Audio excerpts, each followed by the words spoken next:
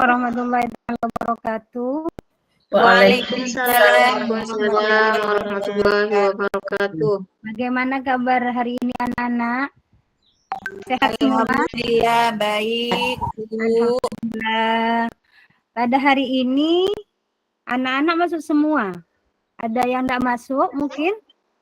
Sudah masuk semua, Bu. Masuk semua, Bu. Nah, cuaca yang panas seperti ini berarti semua kita diberikan oleh Allah kesehatan. Kita wajib bersyukur kepada Allah ya anak-anak ya. Amin, Bu. Amin. Sebelum memulai pelajaran, kita berdoa dulu ya anak-anak ya, biar ilmu yang kita dapatkan nanti barokah. Coba ketua kelas memimpin doa. Ibu anak Muzayana dulu. Ya. Baik, Bu. Teman-teman, marilah kita berdoa di pagi hari ini supaya pembelajaran kita dapat berjalan lancar dan menjadi ilmu yang manfaat. Kita awali dengan basmalah ya. Bismillahirrahmanirrahim. Terima kasih anak Muzana dan Muzayana. Kita pada pagi hari ini akan mempelajari tentang SKI, Sejarah Kebudayaan Islam. Pada bab 5, materinya tentang Fathu Mekah. Apa anak-anak ada yang tahu tentang Fathu Mekah?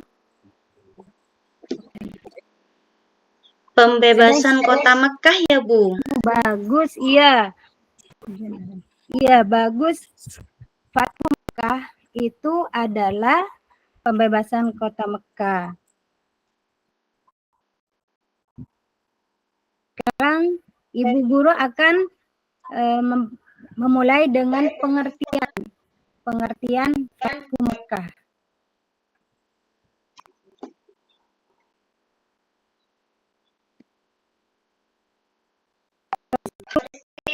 Mekah. Tujuan pembelajaran kita hari ini dulu kita hari ini menjelaskan peristiwa Fathu Mekah, kemudian kita memahami sebab-sebab terjadinya peristiwa Fathu Mekah. Setelah itu kita menampilkan teladan peristiwa Fathu Mekah dalam kehidupan. Pengertian Fathu Mekah berarti terbukanya kota Mekah atau dapat diartikan juga sebagai pembebasan kota Mekah. Pembebasan tersebut merupakan suatu kemenangan terbesar bagi Rasulullah SAW dan kaum muslimin. Itu karena dengan terbukanya kota Mekah terpancarlah sinar Islam seluruh dunia.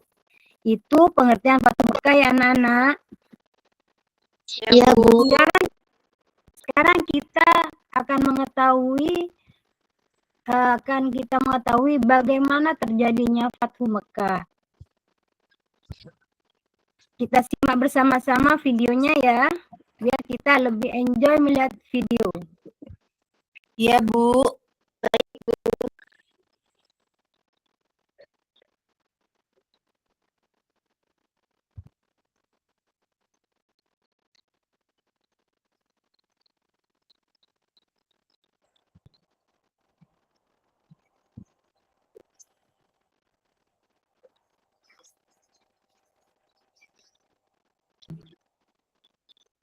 Fathu Mekah, pembebasan kota Mekah.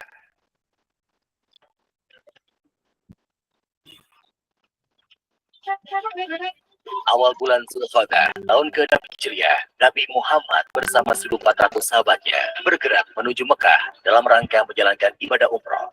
Rombongan besar tersebut membawa 70 ekor unta sebagai hewan kurban. Para sahabat Nabi sangat antusias mengikuti perjalanan ke Mekah, terutama kaum muhajirin yang telah lama meninggalkan kota kelahirannya. Namun, perjalanan mereka terhenti di wilayah Hudaybiyah, 22 km arah barat kota Mekah. Di Hudaybiyah, beberapa orang Quraisy bertanya tentang keperluan rombongan Nabi datang ke Mekah. Utusan Nabi Muhammad menjelaskan bahwa kedatangan mereka bukan dalam rangka penyerbuan, tetapi untuk menjalankan ibadah umroh, dibeli kurban, dan setelah itu kembali ke Madinah.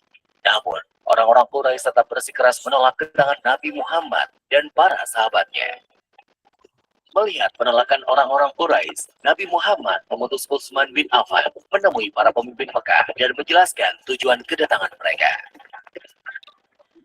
Utsman bin Affan diperlakukan dengan baik oleh para pemimpin Mekah. Bahkan, para pemimpin Mekah mengizinkan Utsman untuk melakukan tawaf di Ka'bah. Tapi tanpa Nabi Muhammad dan para sahabatnya, Utsman menolak tawaran tersebut. Para pemimpin Mekah tetap menolak kedatangan Nabi Muhammad dan para sahabatnya. Oleh karena itu, dilakukan perundingan antara kaum Muslim dan Quraisy Mekah. Nabi Muhammad memimpin langsung delegasi kaum Muslim, sedangkan delegasi kaum Quraisy dipimpin oleh diplomat senior Suhail bin Amr. Perundingan yang berjalan akhirnya menghasilkan beberapa kesepakatan yang isinya pertama, gencatan senjata antara kaum Muslim dan Quraisy Mekah selama 10 tahun. Tidak akan ada tindakan buruk maupun permusuhan dari kedua belah pihak.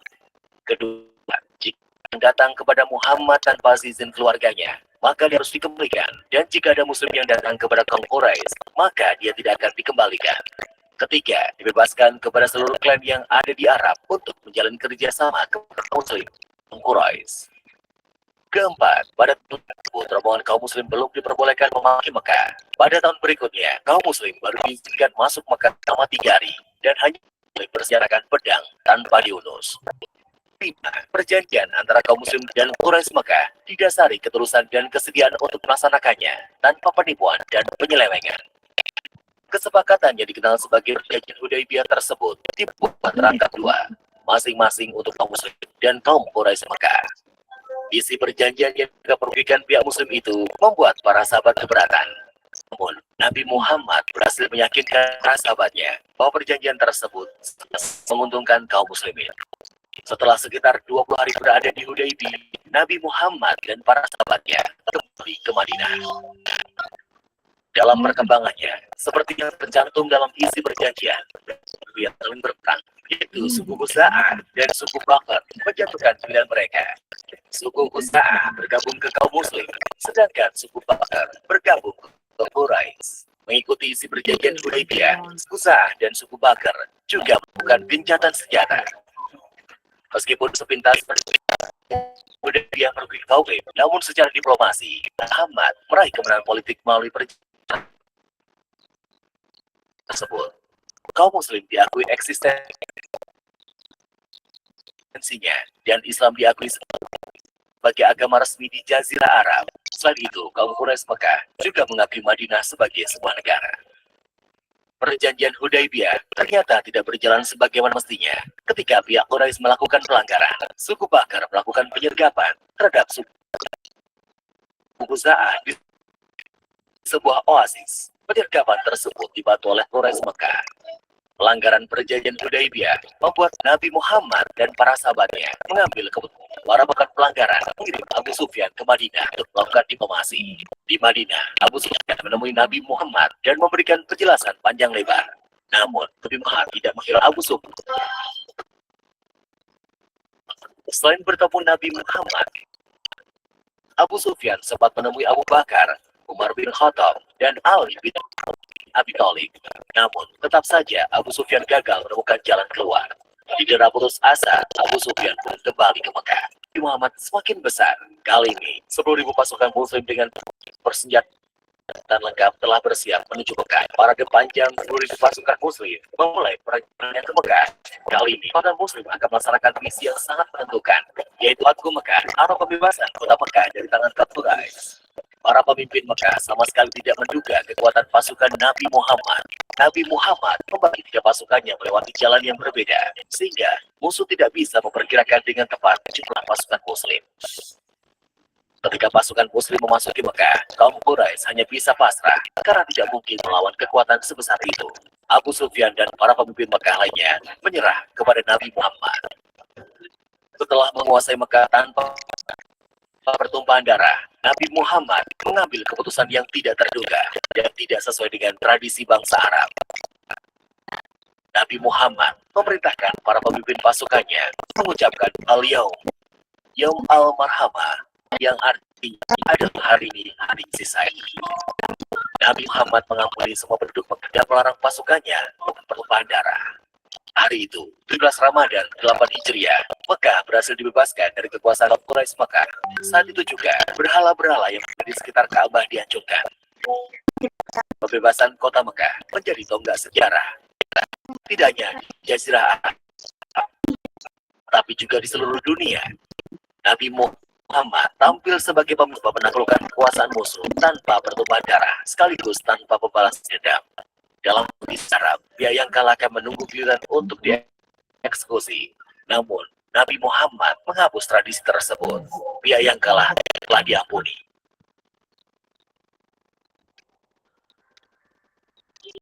Setelah Ka'bah dibersihkan dan berbagai jenis berhala, pun diperintahkan Nabi untuk mengumandangkan azan.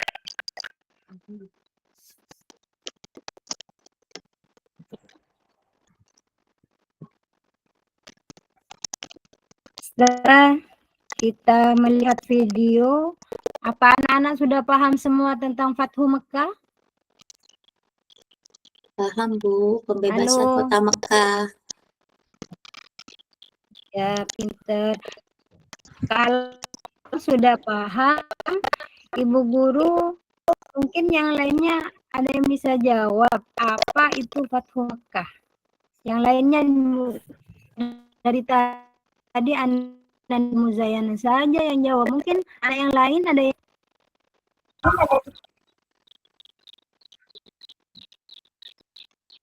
halo. Ya, halo Bu. Sama, Bu, Ngantuk jawabannya, Bu. Bu. Pembebasan kota Sama, Mekah, Bu. iya. Tapi pinter. Sudah paham, kalau kita buat kelompok diskusi anak-anak ya, kita bagi menjadi 2 kelompok. Kelompok 1 dan kelompok 2. Kelompok 1 itu ada Evi, Samhati, Awani. Kelompok 2 Muzayana, Eva, dan Sunarto. Ya, Bu Guru ngasih waktu 5 menit agar kalian bisa berdiskusi dengan teman kelompok kalian masing-masing. Diskusinya tentang setelah melihat video apa peristiwa, apa tujuan Rasulullah dibentuknya perjanjian Hudaybiyah. Tujuan Rasulullah membuat perjanjian Hudaybiyah dengan kaum Quraisy apa tujuannya? Silakan didiskusikan masing-masing di kelompok kalian. Ibu Ya, Guru Bu. kasih waktu 5 menit. Iya, Bu. Ya. Sudah selesai semua? Sudah, Bu. Ya, kelompok 1 diwakili oleh Bu Evi. Ya, Bu. Baik, Bu. Ya. Apa tujuannya? Tujuannya sebagai upaya untuk mendamaikan antara kaum muslimin dan kaum kafir Quraisy yang sudah lama konflik. Itu, Bu, menurut kelompok kami, Bu. Bagus. Tepuk mantul untuk kelompok 1. Tepuk mantul. Sekarang kelompok 2 mungkin apa tujuan Rasulullah adakan perjanjian Hudaybiyah. Kelompok 2, halo. Siapa yang mau sudah? Oh iya, silakan.